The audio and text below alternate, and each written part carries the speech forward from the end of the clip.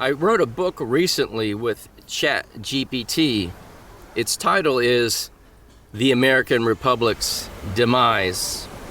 It is an insightful book because it looks at the United States of America, the Republic as it were, from the macro indicators that reflect the demise, the destruction, the end of what was the beacon on the hill, the bright shining light, the call to freedom for all nations upon the earth to follow by example or to arrive here and to manifest that American dream, as people so often say. This book is for you, followers of yes2hellwith.com, for $1. And it's available for a few weeks at this price before it's offered to the public on Amazon.com. If you don't have a sense for why America is in a weakened state from the macro perspective, this will shed light on most of the topics or themes that would reflect a weak country. It asks a question that very few people are willing to ask. Let's delve into it. It's February 25th. Welcome to yes2hellwith.com. If a nation calls itself free, if it claims self-government as its defining virtue, what should its outcomes look like? How do we measure it? Not slogans, but outcomes. Should it lead the developed world in incarceration? Should it struggle with literacy and mathematics compared to peer nations? Should it carry historic levels of public and private debt? Should chronic disease and obesity define large portions of its population? Should civic trust erode decade after decade? These are not accusations, they are merely indicators. And indicators force structural questions.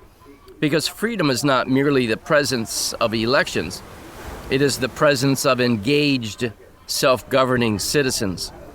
A republic depends upon participation, civic literacy, dispersed responsibility. When outcomes trend toward confinement, dependency, indebtedness, and disengagement, we must ask, what kind of system produces such results?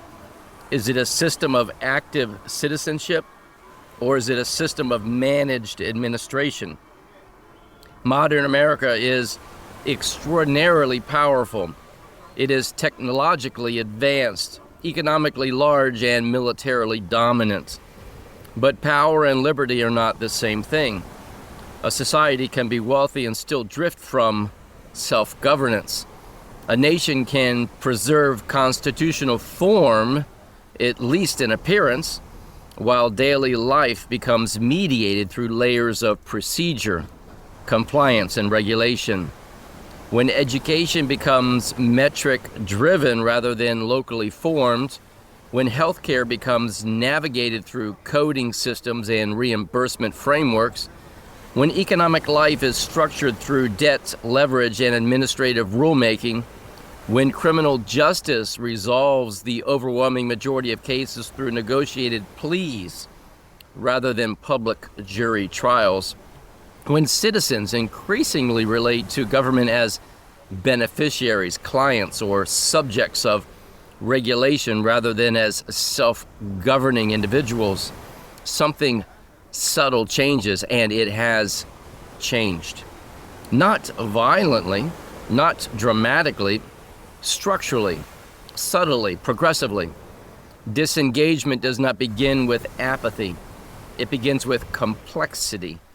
As systems grow denser, participation becomes more difficult. As participation becomes more difficult, oversight weakens. As oversight weakens, administration expands. And over time, governance shifts from civic deliberation to professional management. This is not tyranny. It is something quieter, a government by administrator. In such a system, problems are addressed through programs. Programs are implemented through agencies. Agencies operate through rules. Rules generate compliance structures. Compliance structures require specialists. Citizens adapt, they comply, they navigate, they adjust, but they rarely redesign or rebel. And the measure of freedom slowly changes. Instead of asking, do citizens govern themselves? We begin asking, are services delivered efficiently? Instead of asking, is power dispersed? We ask, is coordination centralized? Instead of asking, are communities sovereign? We ask, are systems stable? Stability replaces participation as the highest value. Predictability replaces autonomy. Administration replaces deliberation. If a nation lags behind peer societies in health, education, debt, or incarceration rates, the explanation may not be simple moral failure. It may reflect something deeper, a gradual transfer of responsibility from citizen to system.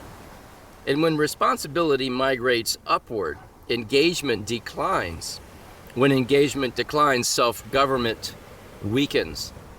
Sure, the Constitution remains on paper, elections continue, rights are printed and preserved, at least for memorialization, but civic muscle atrophies.